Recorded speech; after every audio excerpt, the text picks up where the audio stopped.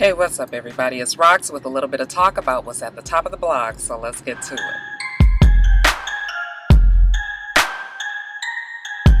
Alright y'all, we're gonna try to get through this video without me jumping my ass about this car running down the street. I had Starbucks coffee this morning and I don't know why. I think when I have coffee and I'm already kind of anxious about something, it makes it worse. So I've been feeling like a bitch want to take off some fucking wear.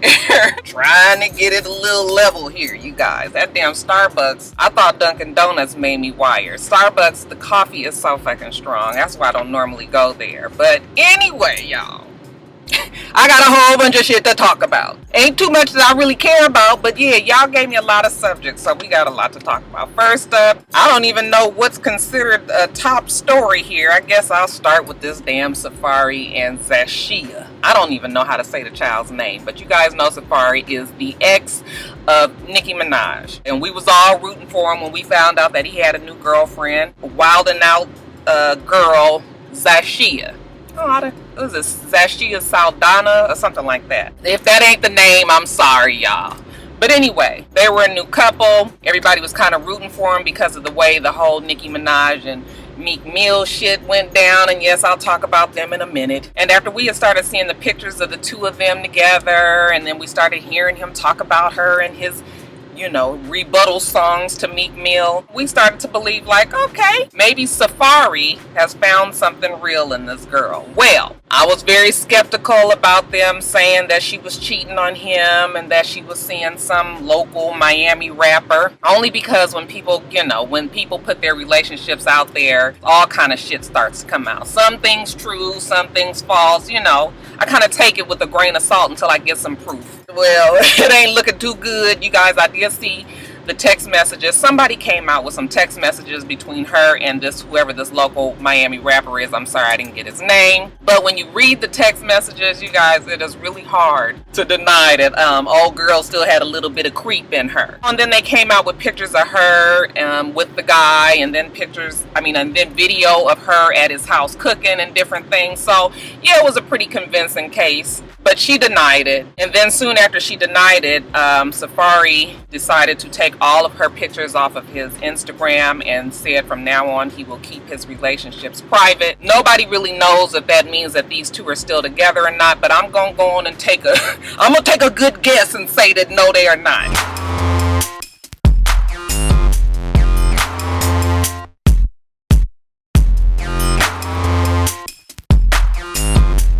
She was trying to say that it was old and that they had altered the time shots, but you know, people will definitely investigate and see that this shit is very much current. So it's unfortunate, you guys. It's unfortunate for a few reasons. First of all, it's unfortunate that when you get into a relationship, so many people want to see your shit fail, especially if it's a high profile relationship like this. So people go into your background and go into the woodwork and really try to find whatever dirt that they can on you. So I'm not sure if the guy leaked it or if somebody else got a hold of his stuff. It just seems like it's so much stuff. How did somebody get access to all of his text messages and pictures and, you know, shit like that? So it kind of seems like the guy leaked it himself. But then it's also unfortunate that even if she did have this running and shit in her, that when she and Zafaree decided to get together, if that's what she was going to do, then it was time to, there's no way that you can continue on with this kind of relationship when people are so hell-bent on trying to find out your fucking dirt. Girl,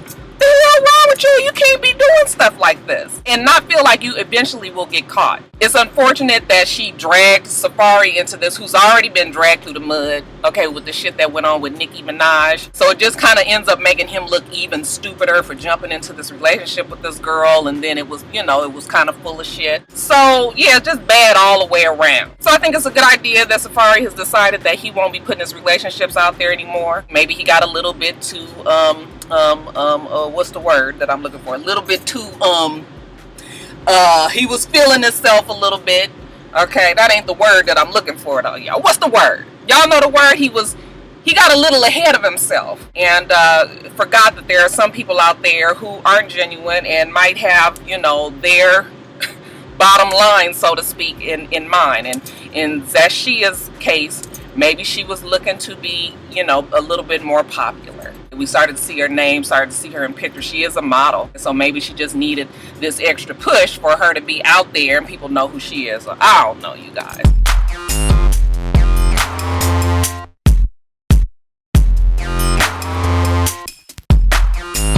It's been a bad, couple of weeks. A bad month, I should say, for Nicki Minaj's men. Zafaree lost on this, and then of course we know that Meek Mill lost in the battle between he and Drake, the one that he started. All this shit went down when I was in Los Angeles, and I started hearing the song by Drake, and yes, it is a hot song and everything. The second one, the first one was cool, but the second one I thought actually was the one that caught everybody's ear. And then when Meek Mill came out with his rebuttal song, it was just sort of like, well, you already said all this stuff, so why are you saying it in a song? The only thing that we find out is that somebody accidentally peed on Drake. Yeah, I guess that ain't really nothing that you want to get out if you consider it, a hardcore rapper, but Drake is not considered a hardcore rapper, so somebody accidentally peed on him at the damn movie theater, all the fuck well. That's still not no big deal as far as I'm concerned, and I think as far as the majority of the people are concerned, it was just like, okay, Meek Mill, you came after Drake. Nobody really is sure exactly why. I suppose it's because it's always been this rumor that maybe Drake and Nicki Minaj had something go on, or that Drake and Nicki Minaj had feelings for each other, or both of them have played up that rumor. I don't even know if I think that is true, but for whatever reason, Meek Mill got into his feelings, and honey, he had decided to come after Drake thinking that Drake wasn't going to respond the way he did, and oh well, he did. Okay, so I think we all know now that Meek Mill lost. I have heard that he has finally taken the stupid song down from his website or wherever it was, SoundCloud or something, and that seems to be a silent admission that he has lost this battle, and maybe he's just going to leave it alone. It's hard for Meek Mill, I'm sure, to leave it alone, though, because he's on tour in this Pink Print tour with Nicki Minaj, and people go into this tour kind of want to hear him say something about it. So it's just sort of like every time you see them in a clip from the concert, he's got to be saying something about Drake. He may not even want to have to do it, but now it's sort of like everybody is expecting him to. I just want to say, just leave it the fuck alone, okay? I had no problem with Meek Mill before all of this, and I still, he just gonna have to take the L on this one. You lost it, just leave it alone, and just kind of try to build up your credibility again. But, we just gonna hope that the shit is over. And I think that maybe it is because Drake had threatened this third song, but it hasn't come out, and I think it's because Meek Mill has finally kind of left it alone.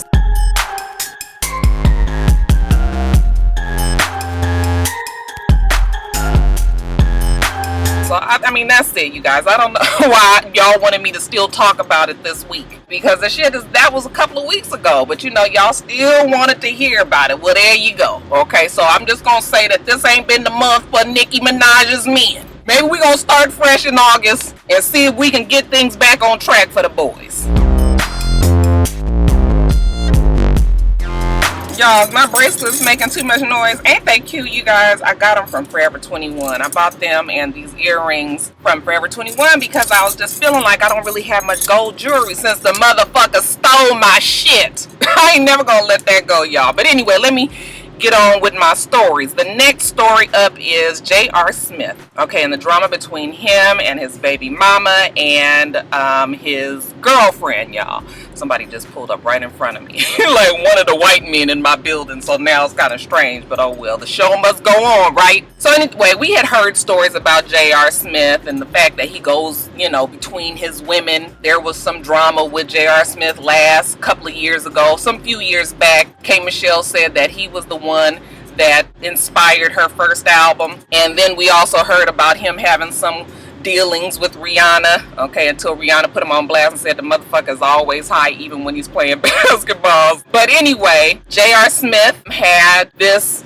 well, I guess it was a triangle between he and his baby mama. I guess I didn't write her name down, y'all. I'm sorry, but I got the name of the girlfriend of 2 years. Her name was Ashley Witherspoon. So he and Ashley Witherspoon have been in a relationship. There was some reportings last year that they were going through some problems or whatever, and but they seem to have worked it out by the time the Cavaliers was in the the finals. And I ain't got to ask why we thought that might have worked out, but somewhere between the finals And a couple of days ago, okay, J.R. Smith realized what is most important to him. He said that it was right in front of his face. And the nigga turned around after he had just been on a vacation with his girlfriend, married his baby mama. I'm not sure how old the baby is from the baby mama, but somewhere around, looked like the girl might be around 4 or 5. So yeah, okay, he clotheslined the old girlfriend of 2 years, which is really too bad. But you know, ladies, let this be a lesson to us. Now, I know we be in love with these men. Some of them got quite a bit of garbage.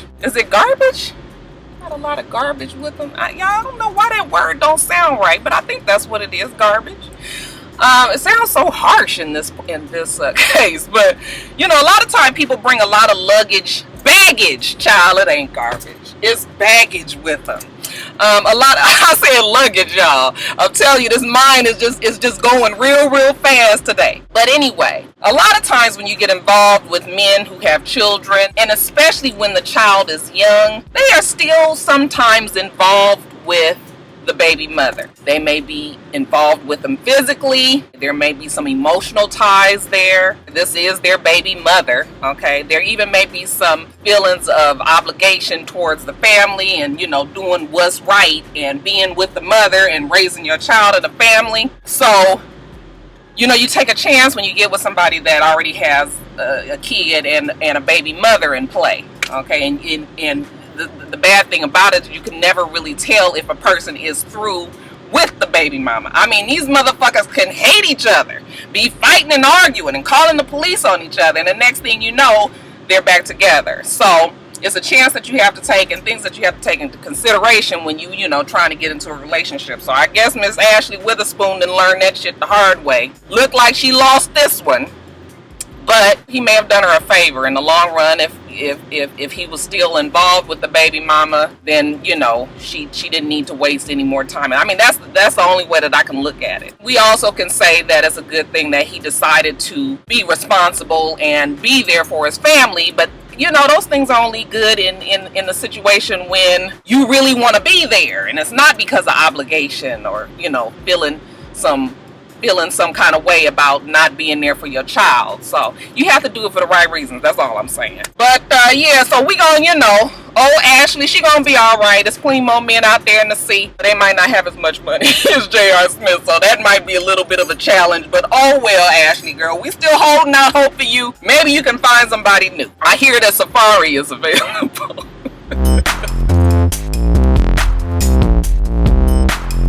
Next story of Sheree and Marlo, you guys, looks like they have made the jump and are back on Real Housewives of Atlanta season 8. Okay, so we just gonna, y'all, I'm so glad that they was able to come to terms on this. I think that Marlo was never going to have a problem returning to the show. It was just a matter of them asking her to come back. But we know that Sheree was giving them grief about the money and making sure that it was what she thought that it should be. I guess it did help Sheree's case quite exponentially when Nene left the show. There is rumor, I was reading on Funky Geneva, that he feels that the reason why Sheree and Marlo are both back on, who are both known enemies of Nene, is because of the fact that Nene is gone and that she was, you know, she was doing power plays to keep them from returning to the show. So the fact that Nene is gone, as far as Funky Geneva is concerned, it looks like that might be the reason why they finally did cave in, or at least they was able to come to some sort of agreement with Sheree. And good for Sheree, you guys. I didn't think it was going to happen, and it wouldn't. I don't still think that it would have happened if Nene was still there. Sheree was holding out and feeling like they needed to pay her more, and you know, I mean, I ain't going to say nothing other than congratulations to Sheree, okay? But yes, I will admit, I didn't think that it was going to happen. Geneva also mentioned that Carlos King is back. You know, there was rumors all last season that there was some contention between Carlos King and Nene because Carlos, even though he and Nene had a really good relationship in the past, I mean, he was the person that produced her wedding special. Supposedly, Carlos was trying to, you know, bump the shit up a bit because Carlos is really into that whole reality TV, extra scandalous type of presentation for the people to watch. So Nene wasn't really for that, and they're saying that Carlos brought in Claudia Jordan specifically to bring the shit to Nene, which I do believe that also is the reason why they brought in Claudia Jordan, or why they would have brought in anybody. They needed somebody that wasn't afraid of going against Nene. So Nene was pissed, supposedly, about that, and they're saying that is the reason, that is probably the main reason why she's decided that she was leaving. And I didn't even mention that Carlos King supposedly was already off the show as well as a producer. Well, now that Nene's gone, like I said, Sheree and Marlo are back, as well as Carlos King. And I was watching a Periscope video of Candy, and she was saying that now that Carlos King is back, you know, the shit has stepped up quite a bit in dramatics. So once you start piecing all those stories together, yeah, I'm going to agree with Funky Geneva. I think a lot of it has to do with Nene. And now that she's gone, they needed something on that show, because just them ladies that was left, Kenya, Cynthia, Phaedra, Candy, and Portia. Is that everybody? I think that's everybody. Just the ones that were left. It was like, what was going to be the drama of this season? Because they had been already fully beat all the fucking drama that they could out of all them storylines last season. So now we got Sheree, now we got Marlo. From when you look at pictures on Instagram and all of that, it looks like Marlo and Kenya are friends. I'm not really sure what the angle will be with Sheree. I hope Sheree plays it right this time, okay? I ain't got no problem with Sheree. I just want Sheree to be smarter about it. And I think that she has the power in her hand right now. Okay, Sheree, so all I'm fucking saying is, bitch, do the shit right. Don't fuck it up this time, like RuPaul says. Honey, is money to be made, is popularity to be gained. I hope she just has a plan. That's all I'm saying. I want her to have a plan. So I guess congratulations are in order for Marlo and Sheree. I can't say that I'm really excited for the new season to come about, but you know, I will say that this has piqued my interest a little bit more. So we'll see how it goes with the new additions. Guys, speaking of Nene, okay, did you guys see the video of Wendy Williams when she fell off of the damn stage? She was somewhere in Texas, I think. You know, she's on this tour, I guess, where she does, I don't even know what she does on the tour. I think she does like a full-on in-person live version of what's the thing? Child, I don't know what she's doing. But anyway, she's on this tour and she's going around from city to city. She was on the stage with some old jean shorts that looked like they was from Forever 21 for somebody that was 18 years old. I said, why is this old ass bitch in these little ass shorts? Where's her ass? She need to get some from Jessica Dine. All these titties and just all this just straight down. It was the strangest looking thing. But anyway, you guys, she was walking across the stage. Once I saw it from a different vantage point, I saw that once she got to the edge of the stage, maybe because the lights were so bright, she couldn't see exactly where the stage ended. So she walked, and then when she was kind of slowing down to end at the stage, well, honey, the stage was like, bitch, we ain't here no more. So she kind of, you know, she fell, but she kind of did like a split, because, you know, her leg was kind of still up on one stair. And then I said, oh, I know that. You know, right in that right there where your thigh and your, you know, the pelvic area, like, I know that shit felt stretched out. Because she kind of fell down, but, you know, she kind of caught herself and somebody ran over there and helped her and everything. I was like, God damn, okay. Because when you get old, because I know Wendy is, where is she? Somewhere around 50? Okay, motherfuckers can't just be falling off stages and jumping back up with no problem. Got behind that damn stage. It was like a bitch needs some ice pack. Give me some icy hot or something. Poor Wendy, y'all. But anyway, once the second vantage point of the video became public yesterday, your girl Nene liked the actual video clip. Okay, y'all didn't know how I was going to bring Nene into that story, did you?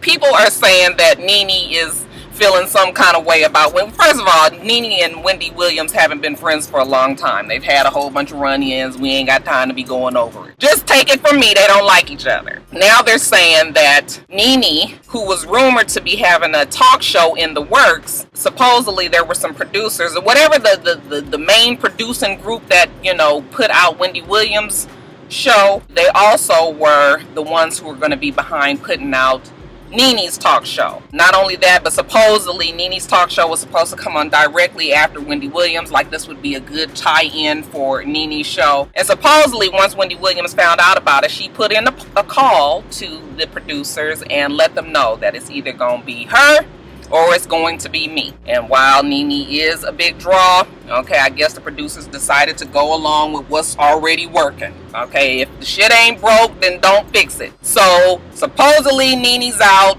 and Wendy is still in. Not sure if that's a true story or not, but I guess I could see it happening. And if all these stories that are coming out about Nene are true, you know, it might be a case of, you know, when the chicken come home to roost. I mean, it seems like everything that Nene is trying to do outside of Real Housewives is getting thwarted some kind of way, because she was supposed to do her show with Kim. That's been cut, and now this talk show, which were the two things that people were talking about, now looks like that's cut. And the talk show was definitely something that I'm sure she wanted to happen. But again, you don't never know. That shit might not be true, and maybe somebody else will pick up Nene. But it just seems like people are giving her a hard time right now, and I'm not sure if it's because of some bad deeds or some bad perceived deeds that people have. You know, she left a bad taste in their mouth, and now that they have the control over it, you know, maybe they come. You know, maybe they doing some shit to old Nene. I don't know. But that's what the rumor is. I guess time will tell if she comes out with a talk show. The View supposedly forced Rosie Perez to apologize to Kelly Osbourne, and that she was so pissed about it that she decided to quit the show early. And we already know the story. Kelly Osbourne was on The View, and they were talking about Donald Trump, and Kelly made the mistake of putting her foot in her mouth and saying that if you kick all the Latinos out of the United States, then who is going to be cleaning your toilets? Donald Trump. Okay. And once she said it, she realized that, yeah, she didn't quite word that the way she wanted to. I kind of understood what she was trying to say, but then that other party, you'd be like, bitch, maybe this is really what she thinks, okay, coming from a rich, you know, family and all of that. I tend to try to give Kelly Osbourne a break, but, you know, it was an unfortunate choice of words, okay? So Rosie Perez, being a Latina on the show, she gave her the business. And the rumor is that once they went into commercial, you know, Kelly was backstage and she was hysterical and upset because, like I said, that didn't quite come out the way she wanted to, and she was afraid that everybody was going to think that she was a racist. Well, what did you guys think about what she said? Okay, do you understand what she was trying to say? I ain't even gonna try to say nothing about it. I'm just gonna ask you guys, do you know what she was trying to say and that it came out wrong? You know, I think it's just ironic that she gave Juliana such grief over what she said, and then for her to turn around and get on The View and make the same faux pas. So it was just like, girl, I don't know what to say about you right now. The rumor is that she was all hysterical backstage, and so the executive producers, you know, had basically forced Rosie Perez to tweet, you know, that she's an authentic and wonderful girl or something like that. But they're saying, the rumor again is saying that Rosie Perez didn't really want to do that, and that they forced her, and that she ended up leaving the show early because of all this drama. Well, that's the rumor. I see on E! Online, they're saying that, no, that's not really what happened. You know, Rosie Perez was already scheduled to, you know, her last day was scheduled to be August 5th, which is strange. August 5th, it's a Wednesday. I mean, I suppose it could be, but, you know, it just seemed weird to me. But they're saying, yeah, she was scheduled to leave already that day, and that she tweeted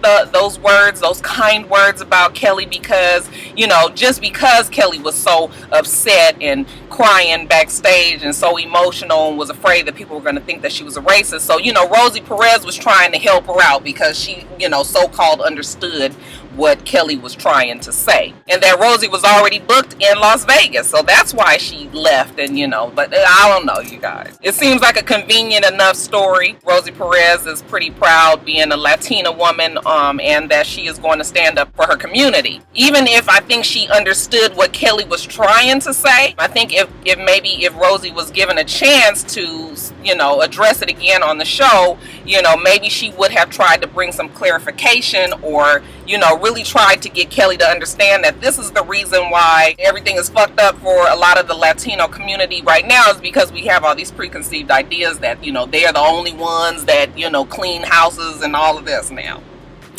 I'm not going to say much more about it. I mean, it is a reality that a lot of the Latino community, well, at least in the past, were, you know, they did take a lot of the service-oriented jobs because that was their foot in the door. But honey, today, these Latinos and Latinas, honey, they got that shit going on. When I was in Los Angeles, honey, they are all over and doing very, very well, owning businesses and owning property and all that. So, you know, that's kind of a thought of yesteryear. And maybe it's just something that we all need to have a discussion about, is, you know, stop assuming that it's only, you know, Mexicans or whatever that are doing these jobs now, because it's not true so much as it used to be. But anyway, you guys tell me what you feel about Kelly and Rosie. Do you think Rosie left early because of what happened with Kelly? Do you think Kelly is a racist? Leave it in the comments below.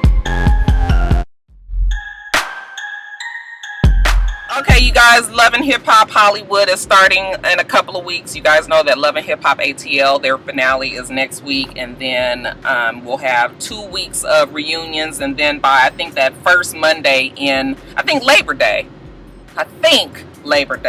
Love and Hip Hop Hollywood is scheduled to, you know, it don't normally come on a holiday, so I'm not sure, but I know it's coming up soon. There's all this talk about the new gay rapper who was on the show. His name is Milan Christopher. And evidently Milan Christopher has been around for some time, has done some rapping with people. I ain't never heard of the man, but you know, whatever. Well, now Mona has brought him on to the Love and Hip Hop franchise, and hoping that he will bring, you know, something fresh and exciting to the Hollywood version. So they're saying that the men that are on Love and Hip Hop Hollywood, which would be Soulja Boy and Omarion and Ray J and Little Fizz, they're saying that these men have problems with filming with him. They're saying that because he's gay, you know, they just don't want to associate with him. Well, I don't know if that's true or not. Okay, we do know that especially Omarion and Little Fizz have dodged the gay rumor for a long time. Okay, all that drama with Chris Stokes and supposedly, you know, them all sleeping together and him molesting the boys and all of that. Okay, so I can kind of see why they would want to, not saying that it's right, but I can see why they would maybe want to avoid recording with him if they have insecurities or some, you know, some feelings about whether people will start to believe that they're gay again. It's stupid, you guys, because just because you talk to somebody gay, that don't mean that you gay. The gay gene just don't jump off of a gay motherfucker onto somebody straight, you know, it's airborne and shit, you know, it don't happen that way. But they're saying that the reason why they don't want to do it is because he doesn't really have any storyline other than the fact that he's a gay rapper, and that they feel like it's being exploited and it's like gimmicky. Well, nobody will ever accuse Mona of not being gimmicky or, you know, exploiting different people or different storylines. So I mean, it could be a little bit of all of that, you guys. But I will also say that a gay rapper on a reality show as hot as Love and Hip Hop, that's storyline enough, if you ask me. And as much as the gay community has grown in Hollywood, and I mean Hollywood in general, not just this franchise, you still don't hear about gay rappers and shit on TV. So I mean, to me, that is a storyline. Now, whether or not you're gonna get people to work with him is another thing. But, you know, him being on there, and supposedly it's going to be him with his mate, and them just kind of showing the struggles of, you know, him being a gay black rapper in Hollywood, you know, then, I mean, that seems to be storyline enough. But, so I don't know what they're going to do. I mean, the guy is definitely on the show, and, you know, all of this could just be talk to get some excitement about, you know, the new season. But anyway, we'll see how it goes for old boy Milan Christopher. That's his name. We'll see how it goes for him once the show starts.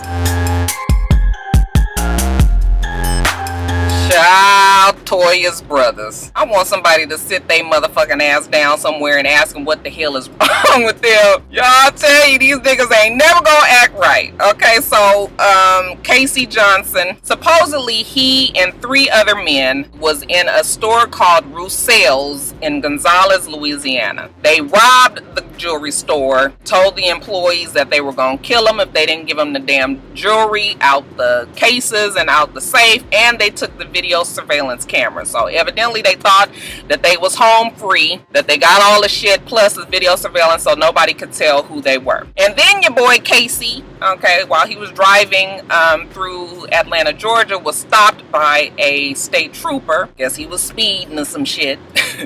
And once they got into the car, they saw the jewelry from said Roussel's in Gonzales, Louisiana. Okay, I'm gonna tell a motherfucker that if you stealing shit, can you not be driving like you ain't got no goddamn sense in another state and have the fucking shit in your car? Police was just like, nigga, why you got all these damn diamond rings in your car? I mean, where they coming from? Okay, so immediately, you know, the FBI got involved and they got in contact with the folks down there in Louisiana, found out that it was this robbery. This is the jewelry from the robbery, and they arrested Casey. I guess there was some suspicion. They always suspected that the brother Walter was involved as well, so they went on ahead and arrested his motherfucking ass too. I shouldn't even laugh about it because it's not a laughing matter. It's too bad. I don't know exactly what goes on with Toya's family. I never really watched her show, okay? But, you know, just because Toya made it, obviously, the rest of the family ain't necessarily made it. I've seen her get into fights with her brother. I don't know which one it is, you know, on the internet about, you know, her not helping the family or her not helping him, or, you know, her lying about the shit that's going on with her and her husband. Or, you know, it's been a number of different things. But when you hear about shit like this, it just makes you automatically think like, okay, Toya just got a whole bunch of fuck-ups in her family, and they out here just, you know, running the fuck amok, okay? So they're arrested, jewelry heist and whatever. The boy Walter was arrested as an accessory after the fact. So I don't know if that means that he was involved with the actual robbery or if he got involved afterwards. Maybe was selling off the jewelry or, you know, whatever. He helped in some kind of way. So they was like, yeah, we gonna arrest both of y'all's asses. Yeah, sad story for Toya, and even sadder for them boys that's probably gonna be in jail for a long time. But what can you do, you guys? You do the crime, you gotta pay the time. In the case of old Merlo Jones, better known as Scrappy, better known as, y'all, what's his real name? What is his real name? Can't even think of his name, you guys. But in the case between he and his baby mama, Erica Dixon, the judge has made his decision, and this is what it is. Now, there was a restraining order that Erica was trying to get passed, and the court did agree with it. And now Scrappy and Erica, I think, have to stay, you know, 100 feet. They can't come within 100 feet of each other. But we also found out that Scrappy was granted back joint custody of E-Money. So I guess as far as Scrappy was concerned, it was a win-win. That's what he talked about on his Instagram yesterday. And so I guess that case is over. You know, we've been seeing it kind of play out a little bit on Love and Hip Hop ATL. My question is, the case of the money. They keep on going to court and all this shit is going on. We never hear about this $40,000 supposedly that Scrappy owes Erica. If you're going to court all these different times, I might be wrong because I'm not a lawyer, and my lawyers out there, you guys can correct me if I'm wrong. But it seems like if you keep going to court, wouldn't the whole money thing get addressed? And whether or not he's owing her back pay, it seems like that would all get fixed as well. So that's why I keep feeling like the money part is some bullshit, okay? Because we never hear about it. The only time that we hear about it is when they're on the show. It makes me feel like it's more, if it's not just full of shit, period, that it's more to that story. Why the judge doesn't just, automatically, because the judges, historically, will give the mother the money if it's owed to them. So I don't see how you keep going to court and fighting about all these other different things, but you still ain't got this money situation together. So I want somebody to explain that to me. I might be wrong. I might not have it right. Maybe child support is a totally separate thing from custody and things like that, but it don't make sense to me. Y'all help me out.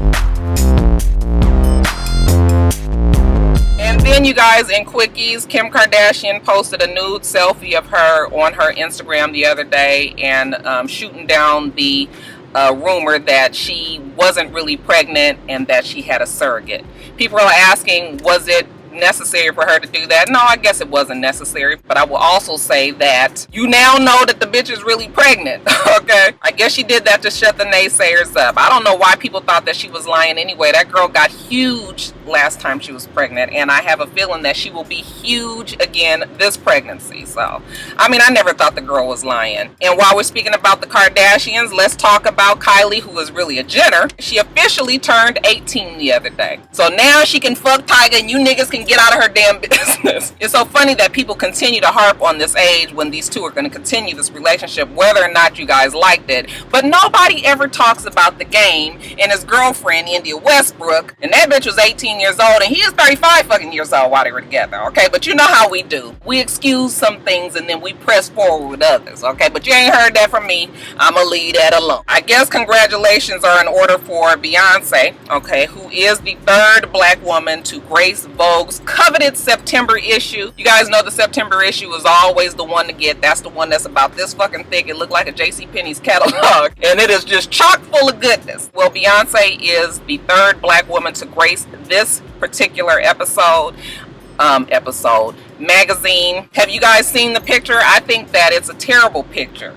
Okay, of course the spread is beautiful, her clothes are beautiful. Beyonce is a beautiful woman, but why the fuck is she wet? Like, it looked like somebody just, you know, did the ice bucket challenge on that bitch. I mean, just, I don't like that look. When I was just looking, I was like, why the fuck every picture she got to just be greasy and wet? But whatever, Beyonce's my girl. It's an accomplishment for us black women, even if we is fucking greasy. So, congratulations to Beyonce. Congrats are also in order for Rashida. Okay, we as black women is doing it, y'all. Rashida, the boss chick, Frost, has scored a couple of guest appearances on Morris Chestnut's and Nicole Ari Parker's new Fox drama. I think they said that the name of the show was Rosewood. I'm not sure. Good for her. I didn't know that she wanted to act. But I guess she acts her ass off on Love and Hip Hop ATL. That might be the reason why she done gave us so much fuck shit this season. Now we know why. Congratulations to Rashida. Will you be watching the new show? Spike Lee, the director of the when did that movie come out? Like 1989, somewhere in there.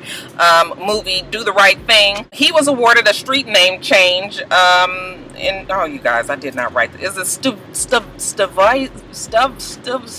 I can never say the word. You guys out there in New York, y'all know what I'm talking about. It's a section of the street where Do the Right Thing was filmed. He was able to get that block name changed to Do the Right Thing Way. Okay, so that's a good thing for Spike Lee. You guys, Spike Lee used to be the man back in the late 80s, early 90s. He's not as popular as he used to be, and many people are saying because, you know, just TV and cinema has been dumbed down as far as the black community is concerned anyway, so he doesn't really fit like he used to. There's some truth to that, but whatever. Congratulations to Spike Lee and his new Do the Right Thing Way. It's gonna be a bitch writing that on your envelopes when you're sending out your mail.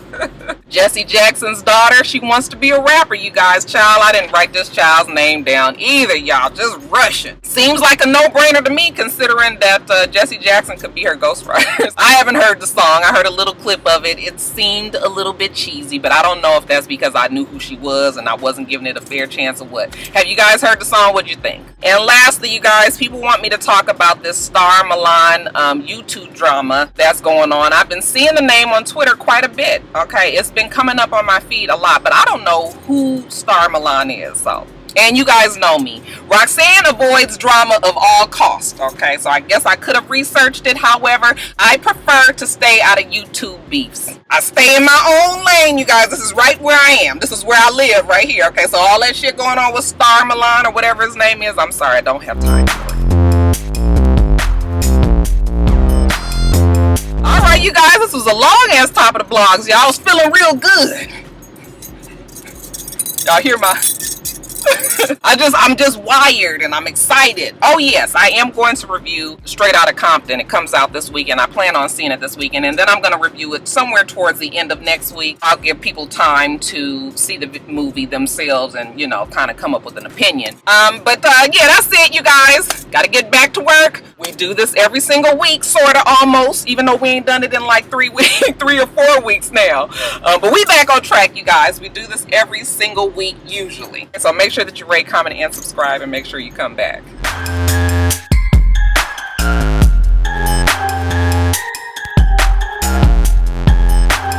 next time, Roxstars. Bye.